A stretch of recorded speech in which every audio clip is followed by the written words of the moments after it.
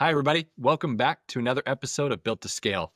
I have my friend and colleague here, Layton Johns, and we are going to keep deep diving in on the big, beautiful bill. Last episode we really gave a high level overview before the bill was passed, and it was effectively signed into law on July 4th.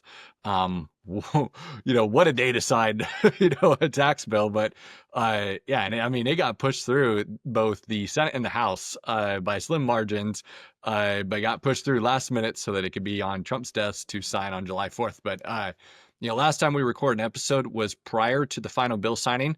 Quite honestly, not a whole lot changed from our overview and our summary that we provided in that episode. And what we provided was really a high level summary. But here, Layton and I are going to dive in specifically regarding bonus depreciation in this episode. So bonus depreciation is the focus of this episode. We're going to be deep diving other elements of the bill in other episodes, but today we really want to focus in on bonus depreciation. And actually, there's two elements to it. So we're going to deep dive into those two different elements of bonus depreciation and how it can be applied. So I'm super excited to have you here, Layton. Yep, happy to be here. Yeah, bonus depreciation is one of those funny things that I was questioned, when we're incentivized to do something, is it really the right thing to do when we're incentivized to do something? But that's another topic of, technical theory to it. But bonus depreciation, walk us through, Layton, that how does bonus depreciation, apply for construction companies? Let's start on part one of it, equipment, right? So regular, fixed assets, vehicles, equipment, et cetera, computers, office equipment. How does bonus depreciation apply in those instances? Yep. So bonus depreciation is a acceleration of your ability to get the expense in the year you actually acquire the given equipment, whether that's, like you said, computer equipment, server equipment, or heavy equipment for construction, everything in between. And so what the government is doing is they are incentivizing you to go out and spend some money, purchase equipment. Um, the key play that I've always felt like should be kind of followed with this is, are you able to effectively get credit this year for money you don't necessarily spend this year to offset income that you did make this year? And so you have an opportunity to go out and potentially finance a piece of equipment, assuming you can get decent interest rates. That's a different story right now. But assuming you can go and finance a piece of equipment or buy it, you're going to get to take all of that expense in year one versus having to spread it out over, say, 7 years. It's a big difference. And getting to, say, expense 20,000 of $100,000 purchase versus $100,000 of it in year one does make a big difference in terms of what you end up having to pay on your tax bill at the end of the year. And so I think that what we've done is we've incentivized businesses to continue to grow, to continue to go out and purchase the tools that they need to continue and grow their business. That's always one key caveat that I, mention to my clients is we're not out there to just go buy new trucks at the end of the year just to try to lower our tax bill. But if we are buying things that we're actually going to make revenue off of and enhance our business, allow it to continue to grow, then it's a good decision. Yeah. Let's kind of walk through, example of this, right? That, just kind of rounded figures here. If a piece of equipment happens to cost 100 grand, you effectively have $100,000 depreciation expense that can show up on your tax return. So your taxable income is reduced. So, your business makes money, makes revenues, you have a set of expenses, and then you're taxed on the remaining taxable income, revenue less expenses at a very, high generalized scale. The idea is that a $100,000 piece of equipment, you were able to take $100,000 depreciation expense in the year of purchase, or technically in the year that you place the asset in service. That's the key part here. That for those of y'all that it's December 31st and you want to go buy a bunch of equipment. That equipment has to be in your hands to take advantage of it in the year that you want to take advantage of it. That it has to be showing up on your lot, be able to be put into service by you. It can't be still at the manufacturer waiting to get distributed to you. It's got to be in service. All that said, you get to have that $100,000 depreciation expense in the year in which that asset is put into service. So say, we're recording this on July 11th right now. Say somebody goes out and buys, a Super Duty truck. Those are close to $100,000 now. Say an F-350. Those are close to $100,000. They go buy that. They get to expense it in the year it's put in service, which, yeah, they're going to receive it, the day that they drive it off the parking lot. They effectively get that $100,000 expense. The thing is, it's interesting about this, like you said, theoretically, this is what's happening, right? That they don't have to pay cash for that asset. They can finance it. The depreciation expense has nothing to do with the financing method. So they, say if the dealer allows them to put 0% financing down, they effectively pay no cash up front, yet they get to show the depreciation expense up front on their tax bill. And that's the really interesting thing here is that, yeah, and it's not like this is new, right? That Trump's original Tax Cut and Jobs Act in 2017, this was part of that. It's just that bonus depreciation has been decreasing at a scale of 20% per year. And technically, 2025 was supposed to be 40%, and now they're just raising it back up to be 100%. And so again, that idea that ultimately you can go out and buy a piece of equipment and you're going to be able to get a significant tax benefit. The thing is here, we've been in planning with so many of our clients. Yeah, you can get 100% bonus depreciation in the year that you buy it, but likely that truck is going to be in your hands for 3, 4, 5 years, right? That's a pretty safe assumption. And you no longer have a tax benefit in any of those future years. And that's just something to be considered that, I think so many people can be excited by the bonus depreciation in the year of service, when the asset's put into service and you drive it off the lot. Fact is, though, is that you now don't have that tax benefit and that tax shield in future years, and that has to be considered. Would you agree? Yeah, definitely. I agree. I think that what this effectively is doing is promoting growth and pushing companies to want to grow, which obviously that's their goal because it spurs on the economy. Where I find the issue comes is when you plateau or if you have a declining year. Um, Eventually it catches up with you. And so, ideally, if you're continuing to grow, this is a great avenue to take advantage of. Maybe if you're a lifestyle business and you have no intention of growing, you may want to have a little bit more consistent, deduction and write-off over a period of time. But for growth companies, this is huge news. I like your wording there, Layton. This is for growth companies, because, yeah, we've seen instances of contractors that, yeah, they've had great years where they've been able to take advantage of 100% bonus depreciation, but then they step into a year where all of a sudden their jobs dry up. They're estimating, they're throwing out bids, they're not getting quite as many, accepted, um, or some of their jobs aren't quite taking off like expected. And so then they run into some cash flow challenges because, they have all this overhead of their team that did all the work last year. That was a great growth year, but then things are kind of lagging in this year and they have, cash flow issues, but then they don't have the tax shield to apply walking into paying the tax bill for this year. And so, as they're making estimated tax payments, if they're making estimated tax payments, or they could be waiting until, after the year end to make those tax payments, it's just the fact that it's really great in periods of growth. It can be really hard because then you don't have the tax shield moving into a following year in which you might face some challenges. And so, um, to really take advantage of bonus depreciation, this isn't the only consideration, but I think, like you said, that you want to feel confident that you're going to be in a position, where you're going to continue to grow, that these assets that you're going to purchase and you're going to take advantage of this, that you couldn't possibly need the tax shield later on when cash flow might feel a little bit tougher. And it's just a consideration, right? Yeah. Now, I think that there are pros and cons to all of these opportunities, I'm going to call them. You just have to weigh what's right for your business. It's not one size fits all. And I think you and I are both on the same idea and mindset. Just because bonus depreciation is available, that doesn't mean you go out and go buy the piece of equipment. You know, this is, we would advise that things like this, incentives like this, it shouldn't motivate you to go buy a piece of equipment out of nowhere. You should have already been probably thinking, hey, I probably need that piece of equipment, but if you were holding off because you were questioning the affordability of it, this now makes it more affordable and probably makes it a better deal. But that's how you want to take advantage of this, that you don't want to just go buy a new piece of equipment for the sake of buying it in order to take advantage of this. Yeah, my rule of thumb is it going to make you money?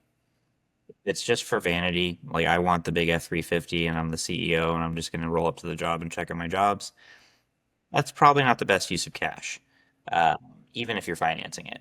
However, if it's something that you can actually deploy that will either make you more efficient, make you more profitable, or give you something, some other asset that you can then bill on your projects, then this makes it that much more of a no-brainer. One other caveat to this, though, is bonus depreciation is not mandatory. It is elective, and so you don't have to take bonus depreciation if you're planning on buying a piece of equipment. And I think I heard from one of our clients too, because we had been taking advantage of bonus depreciation and electing it when it made sense, but also too, where I think it can be a bit confusing is that several businesses have been somewhat taking advantage of a form of bonus depreciation on the federal tax returns called Section 179. And I would need to go back and look at the exact rules for this, but generally I've seen that Section 179 is used for new assets, new pieces of equipment, where bonus can be used for used pieces of equipment. And so just to make sure our audience is aware that these types of depreciation, rules and bonus depreciation, they do apply to used pieces of equipment, not necessarily new. And so, I think that's where it really comes in is many businesses could have been taking advantage of practically 100% bonus depreciation with Section 179 write-offs for their assets, but they could have been taking advantage of that for anything new that they purchased. But now they can take advantage of it for used assets and used piece of equipment and vehicles, et cetera. But yeah, at the end of the day, it's still important. And I think, you and I are giving pieces of advice, but, I remember sitting at, funny enough, in Houston, there's crawfish boils everywhere, right? I mean, come springtime, all of a sudden it's crawfish season and there's crawfish boils everywhere. And I was at one where I was talking to a director of construction from the local water company, and she had hired some contractors that they were doing some jobs at one of their facilities and hired some contractors. And the day that they awarded them the bid, she immediately saw that their team all of a sudden showed up in way bigger, nicer trucks. And she said, "Oh no." Because she knew what was going to happen is that ultimately that contractor bankrupted, that they weren't managing their cash flows well, and they bankrupted. And so all those new trucks got seized by whoever they purchased them from, whoever they had the loans with. And that contractor is no longer in business today under that entity. And the first thing that she said, I wish that I had known about you guys because I would have, referred your services to them. And it's true that we're not talking just anecdotally here. You want to be careful about going and buying those big pieces of equipment, that as much as you may feel like you can afford that truck, and the financing companies themselves may say that you can afford the truck, just because they say that you can, they're banking on the idea that, you're going to be committed to make those loan payments at all human possible costs, but it still may not be the best decision to just go out and buy a bunch of pieces of equipment. Again, we really want you to take advantage of bonus depreciation. If you were on the line as to, questioning, hey, this piece of equipment would be great for me to go obtain these new jobs, this new additional revenue, or I need to replace a piece of equipment, but you were holding off because of affordability, this now makes it more affordable to you. We would tell you should generally proceed. There could be nuances to that decision further, but generally you should proceed. Sound fair, Layton? Yeah, we're not proposing going out and buying an entire fleet of new trucks. However, if you have a handful of trucks that need to be replaced, now might be a good time to replace them. Yep. I think the other thing that's a bit nuanced to this, right? There's all different types of assets that can fall under the category of bonus depreciation. We've been talking about vehicles and trucks. I don't know. Obviously, Leighton and I at some point are going to have to get F-350s because we keep talking about it. But we talk about vehicles. We could be talking about different pieces of equipment, whether it be forklifts at your shop, whether it be bigger pieces of equipment.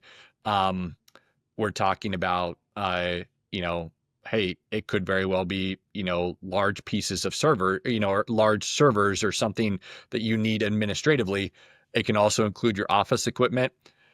I would say though that general rule of thumb, I'm forgetting where, there is some, rules about this, but generally the general rule of thumb is that you want to have a policy written in play for what you're willing to direct expense, because you don't need to capitalize and depreciate every piece of equipment you get. That if I would say that a general rule of thumb is that if the value is less than $2,500, um, you probably just want to expense that thing. You probably just want to go ahead and write it off directly. Don't worry about capitalizing it, because you start running the risk of creating this really long list of all the potential assets that you own. And from my experience, especially when they do property tax audits, if you maintain that on a list somewhere, you open yourselves up to getting a lot more property tax applied, and levied against you, when you don't really want that, when you don't really need property tax levied against you for the $1,000 laptop purchase. And so you really want to avoid capitalizing a bunch of assets that don't have significant value and that you turn over those assets pretty quick. So general rule of thumb, and this is different for every company, but general rule of thumb, if it's less than $2,500 in value, just go ahead and expense it. Otherwise, you have the opportunity to capitalize it and then bonus depreciate it. So for a lot of companies, I've actually seen $5,000 be that number, but somewhere in that range is usually reasonable. And like you said, if you're going to go buy one laptop or one desk, that doesn't make sense. But if you're going to put all new desks in your office and you're going to buy $40,000 for the desks, at that point you would depreciate it. And there would be IRS laws mandating that you do so. Yeah, we've talked a lot about bonus depreciation, how it applies, how it functions. Um, we've talked specifically about bonus depreciation on equipment. And that can include, again, vehicles, hard, tangible equipment, you know, office equipment, computers, laptops, etc. What's really interesting about this bill is now the inclusion of QPP, qualified production property. And this is one where I think time will tell a little bit what fully falls under the definition of QPP. Um, Ultimately, you have to look at what, Trump, this tax bill is a love letter to his voters, that what was his platform? What was his campaign about? And it was about bringing back American manufacturing. And so generally in one way or the other, he is trying to support, that voter base, in rural, economic zones. And he's trying to bring manufacturing back in the United States.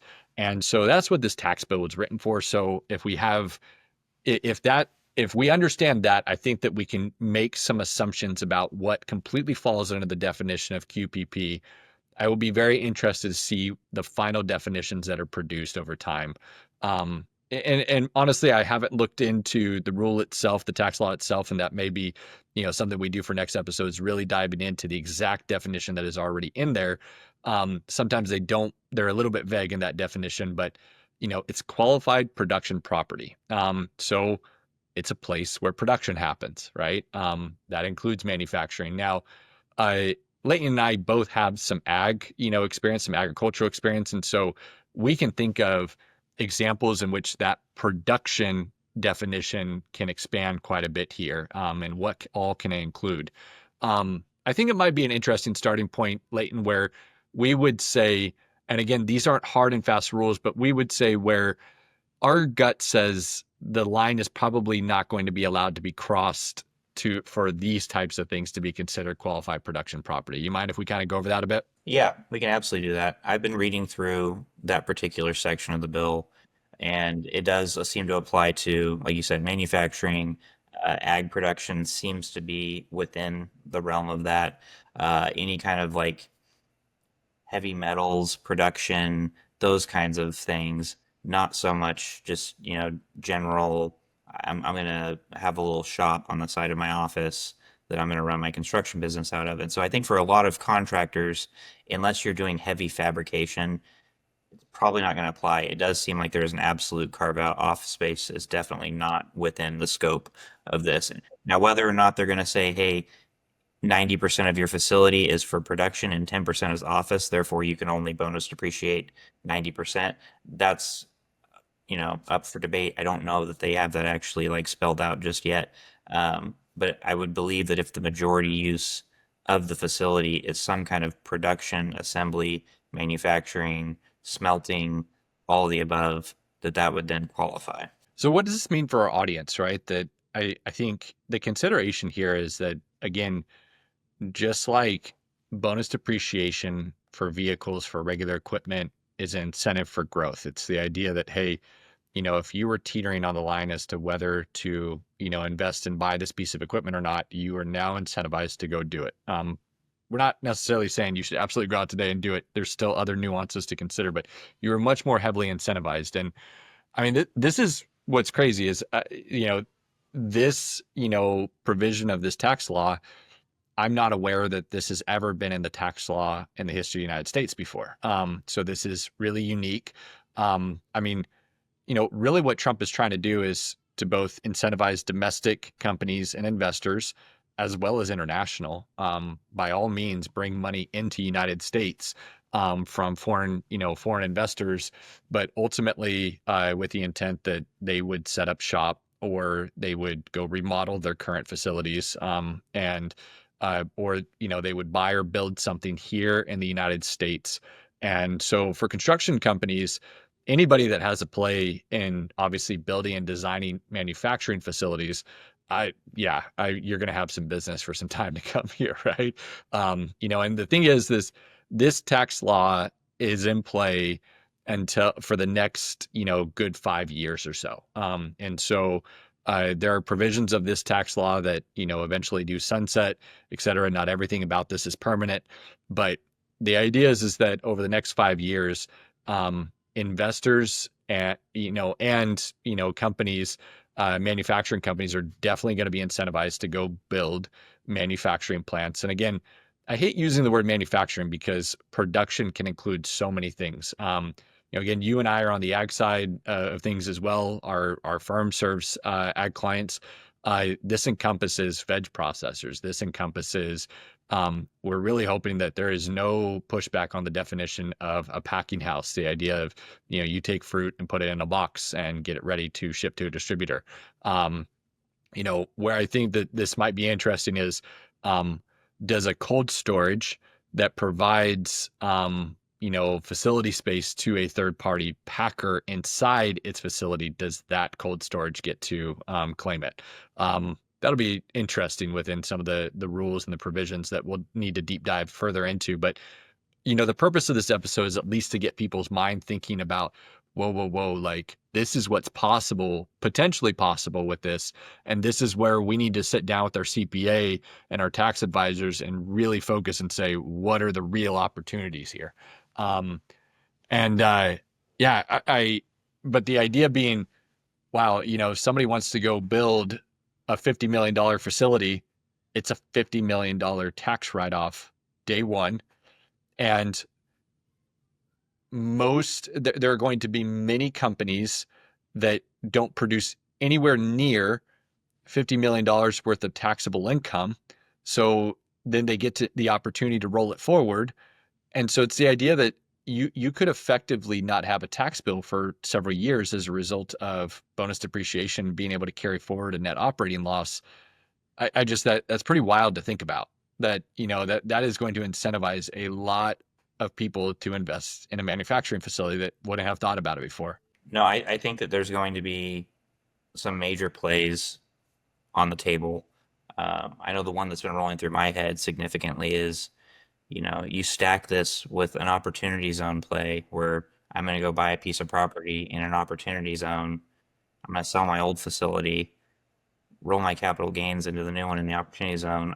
I'm going to essentially shelter that capital gains there and then build a new facility to grow my business and get to deduct all that in 1 year. It's kind of wild the different plays that could fall into place, assuming that, all that lines up. But with that in mind, for construction companies, there will be people making that play, which means there will be facilities available to bid and build. And so whether you're able to capitalize on it directly or your customers may be the ones capitalizing on it, there will be a lot of new construction, specifically within industrial, over the next 5 years. I think that's a big piece of this, as I believe that this counts for any construction project for qualified production properties that started as of January 1925, and I believe that runs through December 31, 2029 is the start date of construction. And so, there's going to be several years of this at play that's going to spur on industrial construction. And I think to this point, construction may start on these facilities. We talked a bit about it, last episode, but I, you know, the facility itself is going to create employment, right? I mean, that's the idea is to create some jobs, within particular, economic regional areas. Um, People are going to need houses to live in. People are going to need, retail shops. People are going to need restaurants, et cetera. Um, Now, is one manufacturing facility, say if it employs 100 people, is it necessarily going to, bring a wealth of economic activity?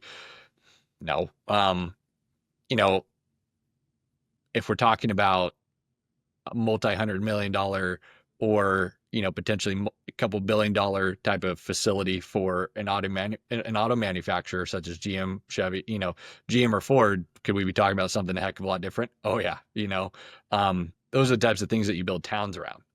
And so I think for people that have a play in regards to, builders that are also focused in, building out retail sites, building out, offices, building out, um, schools, whatever the case is, that I think it'll take time to see the effects of that some of that development. But I think, they should also be watching as to where are these manufacturing sites going to be built? Where are these things going to be put into play? And that, hey, I need to be thinking about how over the long term I can get in on some jobs and some projects surrounding that site at some point. And obviously it has to make sense. We don't say, again, for a manufacturing site, bringing 50 to 100 jobs is all of a sudden they're going to be tons of exploding work for you. Maybe not, right? But it's something to watch that this tax bill is incentivizing manufacturing sites to be built.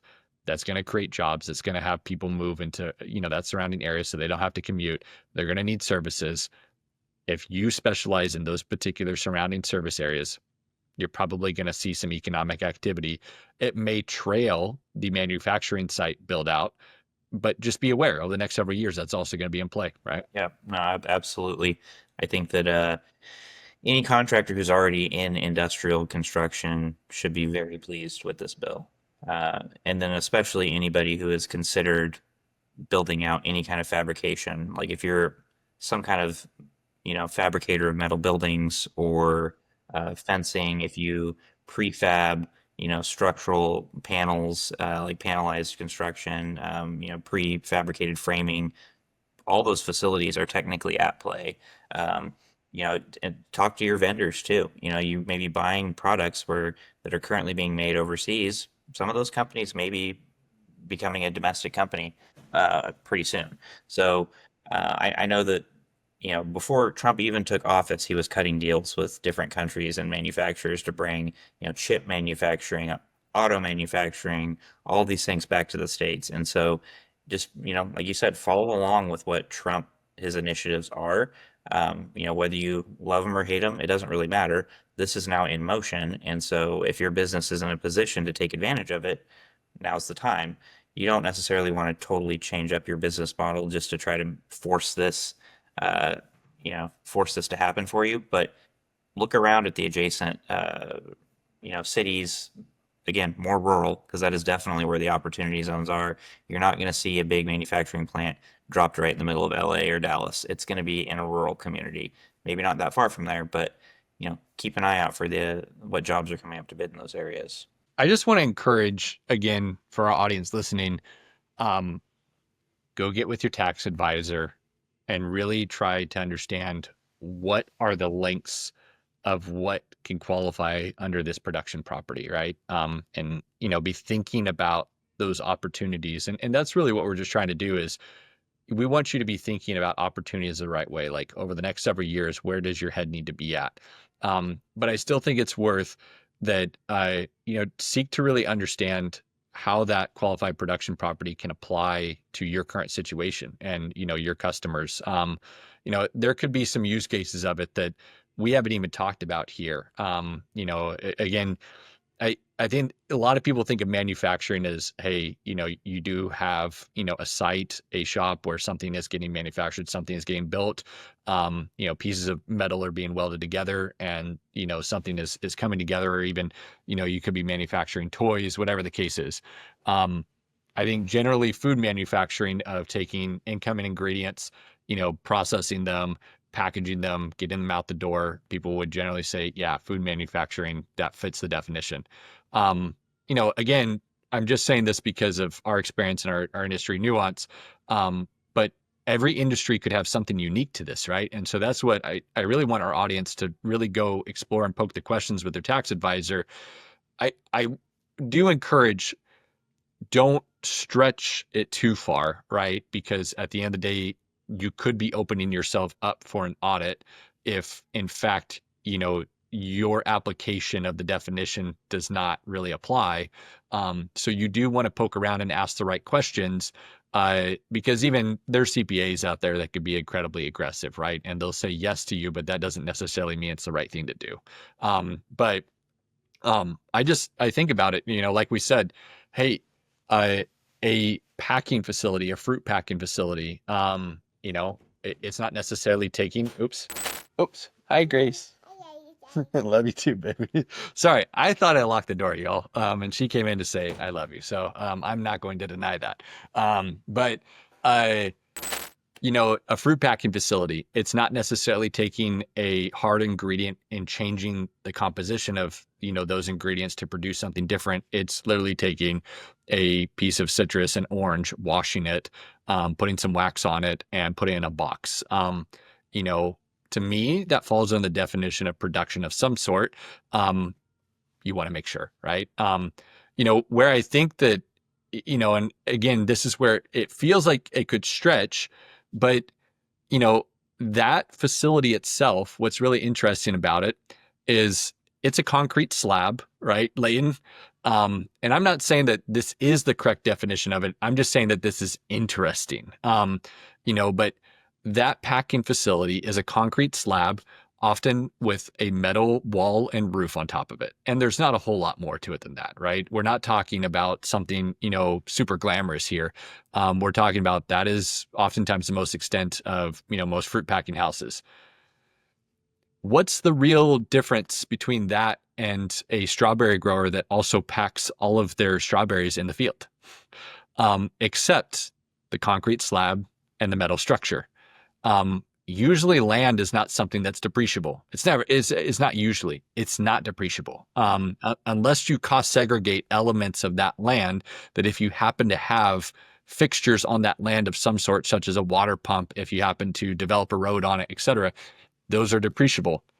What's really interesting to me is if I were in that industry, I would probably fight, that, hey, why does the guy with, a metal shed have the opportunity to take advantage of this and I don't? And I'm not saying that, okay, this is applicable. I'm just saying, yeah, I can kind of see arguments there. And all we're trying to do as advocate is to say, take a look at this tax bill, sit with your tax advisor, really seek to understand how this applies to your current situation. That, there's so often things in tax bills, like even, say again for the ag side, I've more recently come to discover that you can actually cost segregate the excess nutrient value of your farmland, right?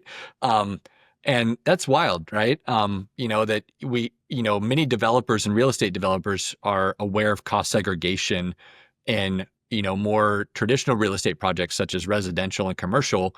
The idea being that, if you go build something, you can take all of the fixtures, such as the sinks, the cabinets, everything that you install, and you would segregate those separately so that you can bonus depreciate those.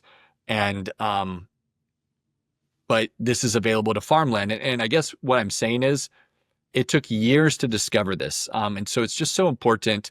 Sit down with your tax advisor, be aware of this tax bill and what it includes and what we're talking about here, and try to, poke at what are some use cases for your particular business operations and what you're wanting to invest in growing, and try to poke at, hey, how can this apply to me and how can I take advantage of this? I think, and I guess what I'm encouraging, Layton, to many of our listeners, I think, go to their CPAs and they say, I want you to figure out how to save me money on taxes. Generally, I've seen that the way it works best is that an owner be at least decently versed in tax law themselves, not an expert in regards to all of its applications, but generally where are their opportunities? Hey, like something like this, bonus depreciation.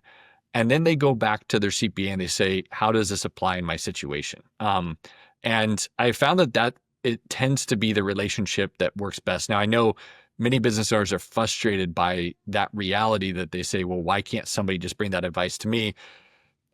I get it. I wish that was true. You and I are business owners too, Layton. I wish that was true, right? But I would say that it's in the best interest of a construction business owner to be sitting and thinking, hey, what is interesting about this bill and then go back to the question, how can I apply it to myself and my business? Would you agree? Yes, absolutely. I would like to, earmark this in that this bill has just passed. It was enormous. It's going to take a little while for the guidance from the IRS to actually get released on each and every aspect of this bill. And so we can sit here and speculate like this is how we think it should fall out. That may not be the case in 2 months when you get the guidance from the IRS. And so don't make a knee-jerk reaction and decision off of this, but start to plan. And like Mason said, ask the questions, schedule time with your tax advisor, educate yourself a little bit, think about what needs to change in your business over the next year to continue to grow. Take that and then make some decisions with that information. So, Layton, thank you for deep diving this with me. That I'm sure that as we learn more, and we're going to, to our audience, we're going to do additional episodes here where we're going to deep dive topics about this tax bill. Again, some of the IRS guidance still has to come out. And so, as I've mentioned several times before, we're not trying to speculate. We're just trying to be thinking about application methods to what's really in this tax bill here, we might be interested and surprised about certain things and how they can apply to certain industries and business models. And so for you all as construction business owners to be poking at and not just yourself, but how your clients are going to take advantage of this and where you should begin pouring more marketing, because some of those clients are going to be well suited to take advantage of these and they're going to be enabled for growth. And so they're going to have the jobs available for you. So thank you so much for diving into this with me, Layton. Really appreciate you, brother. Absolutely. Anytime. Awesome. Great. Hey, everybody. We're going to be doing an addendum real quick here. As soon as we got done recording, and, our purpose in delivering this content to our audience is not to have something super highly edited, not something perfect. It's really, to deliver content quickly that's applicable to our audience. But, as soon as we got done recording, Layton brought to my attention that my explanation of bonus depreciation and its use, that it didn't come across quite as I meant it. So again, I kind of talked earlier about the fact that many business owners have probably been using what's called Section 179, which is a fixed asset write-off method in which they can take advantage of writing off 100% of the value of that asset for new assets. Bonus depreciation applies to both new and used assets.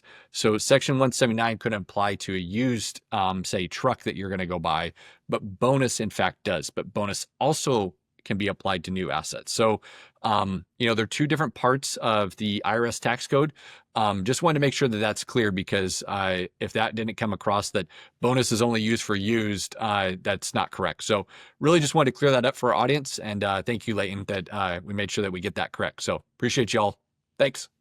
Hi, everyone. So if you enjoyed today's episode and you found value, or it raised some questions for you about the next best steps for managing your finances in your construction business, please reach out to us at bradycfo.com. There's a contact page there where you can fill out, and that will come straight over to us. Either that, or you can personally find me on LinkedIn. My name is Mason Brady, and feel free to send me a message, and happy to chat and talk through anything you're facing today, and happy to provide some advice. So thank you all. Appreciate it. See you.